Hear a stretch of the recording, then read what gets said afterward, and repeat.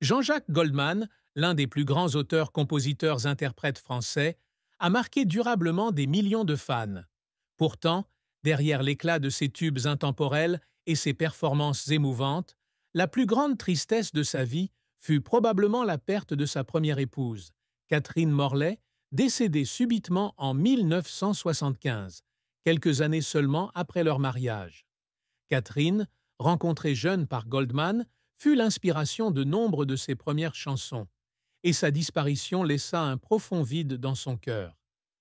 Bien que Goldman ait rarement évoqué publiquement son chagrin, ses proches ont révélé qu'il avait traversé des jours sombres en tentant d'accepter la perte de celle qu'il avait autrefois considérée comme son âme sœur. Cette tristesse était d'autant plus poignante que Goldman était un homme réservé. Ayant toujours fui les projecteurs en dehors de ses concerts, il a gardé cette douleur pour lui, la laissant transparaître à travers les mélodies émouvantes de chansons comme « Comme toi » ou « Puisque tu pars ». Ces chansons, bien que ne faisant pas directement référence à Catherine, véhiculent une profonde mélancolie que de nombreux fans perçoivent comme le reflet d'une perte personnelle.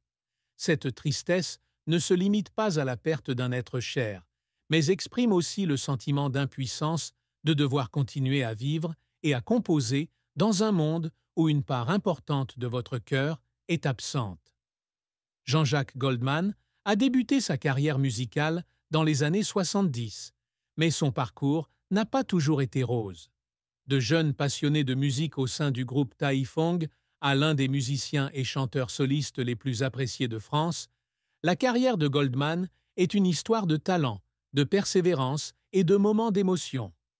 Goldman s'est fait connaître en 1975 au sein du groupe Taïfong, où il a contribué au premier album de Taïfong, notamment au tube Sister Jane. Cependant, il a vite compris que c'était sa carrière solo qui lui permettait véritablement d'exprimer son talent. Son premier album solo, Démodé, 1981, a marqué le début d'une brillante carrière. Des chansons comme « Il suffira d'un signe » devinrent rapidement des tubes, faisant connaître Goldman à un public plus large. Les années 1980 et 1990 furent l'apogée de Goldman. Des albums comme Non homologué, 1985, Entre gris clair et gris foncé, 1987, et Fredericks Goldman Jones, 1990, créèrent un véritable phénomène musical en France.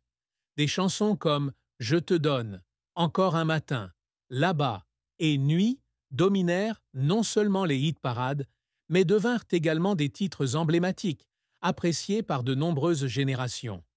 Goldman n'était pas seulement un chanteur, mais aussi un musicien talentueux, écrivant des musiques et des paroles pour de nombreux artistes célèbres tels que Céline Dion, l'album le plus vendu de l'histoire de la musique française, Johnny Hallyday, Patricia Kaas et Khaled. L'album 2 de Céline Dion, 1995, avec des chansons comme Pour que tu m'aimes encore, fit connaître Goldman au-delà des frontières françaises, le plaçant parmi les musiciens les plus remarquables au monde. Goldman est également connu pour son travail de compositeur pour des œuvres caritatives.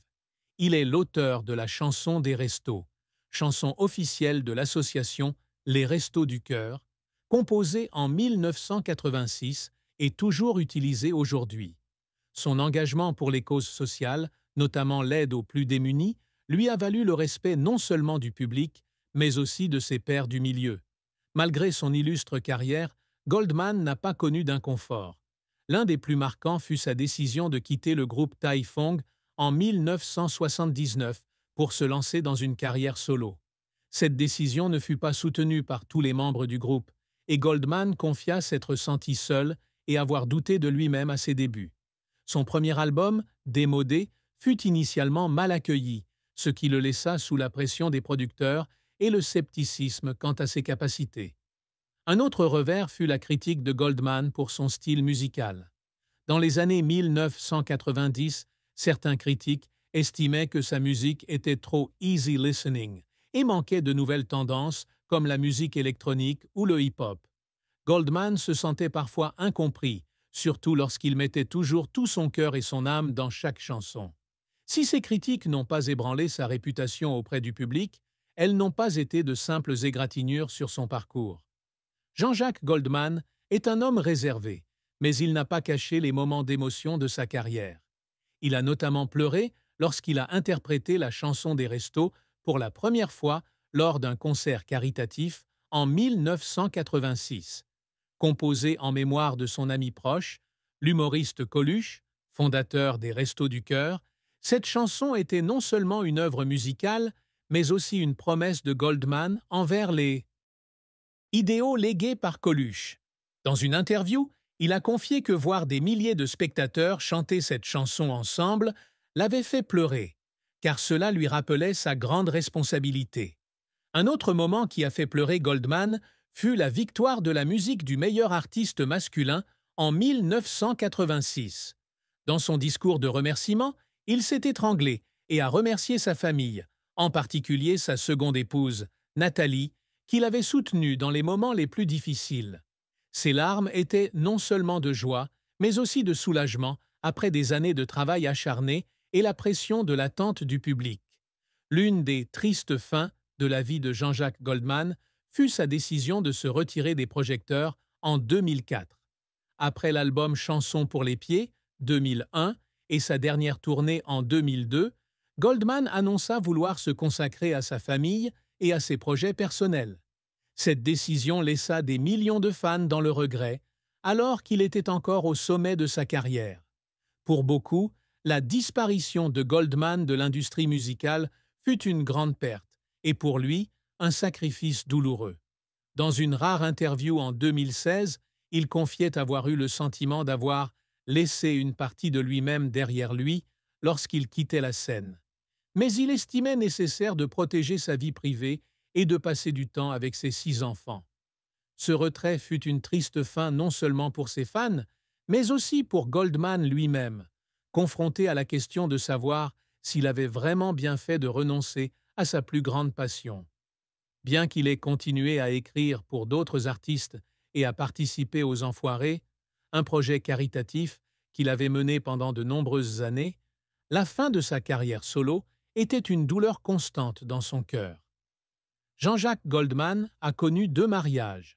Son premier mariage avec Catherine Morley en 1973 fut une histoire d'amour pleine de romance et de tragédie. Catherine, psychologue, avait accompagné Goldman au début de sa carrière. Cependant, sa mort soudaine en 1975, des suites d'une grave maladie, laissa un vide incommensurable dans son cœur. Goldman parlait rarement de Catherine, mais ses proches affirmaient qu'il lui avait fallu des années pour surmonter son chagrin. Certaines de ses chansons, comme Elle a fait un bébé toute seule, seraient inspirées par les sentiments complexes liés à son premier mariage. En 1976, Goldman épousa Nathalie Thu Huong Laguier, une Vietnamienne rencontrée lors d'un concert. De ce mariage naquirent 6 enfants, Michael, Caroline, Nina, Kimi, Maya et Rose. Nathalie a été d'un grand soutien dans la carrière de Goldman, et on lui attribue souvent le mérite de l'avoir aidé à retrouver la joie après sa perte. Cependant, même dans ce mariage, Goldman a dû faire face à des difficultés. Sa célébrité a attiré l'attention constante de sa famille sur les médias, ce qui a parfois mis leur relation à rude épreuve. Bien qu'il n'ait pas été explicite sur ses difficultés conjugales, Goldman a admis que concilier carrière et famille a été l'une des choses les plus difficiles de sa vie. Les difficultés amoureuses de Goldman ne sont pas seulement liées à la perte de Catherine, mais aussi aux pressions que lui et Nathalie ont subies en élevant 6 enfants sous les projecteurs de la célébrité. Goldman a toujours essayé de protéger la vie privée de sa famille, mais cela n'a pas toujours été facile. Dans une interview, il a déclaré « L'amour est la plus belle chose, mais c'est aussi la plus vulnérable ». L'un des plus grands secrets que Jean-Jacques Goldman a gardé secret pendant des années était la véritable raison de sa décision de se retirer des projecteurs en 2000-2004. Bien qu'il ait affirmé vouloir passer du temps avec sa famille, des sources proches ont révélé que Goldman traversait une crise personnelle liées à sa santé mentale. La pression de composer et de se produire constamment, ainsi que les attentes du public, l'épuisaient. Dans une rare interview accordée au Figaro en 2019, Goldman avouait s'être senti désorienté et avoir besoin de temps pour se retrouver. Ce secret était gardé non seulement pour protéger son image, mais aussi pour éviter d'inquiéter ses fans. Goldman, homme réservé, ne voulait pas que le public le perçoive comme faible. Il a donc choisi de se retirer et de se concentrer sur la composition pour d'autres artistes afin de continuer à contribuer sans avoir à subir la pression directe des projecteurs.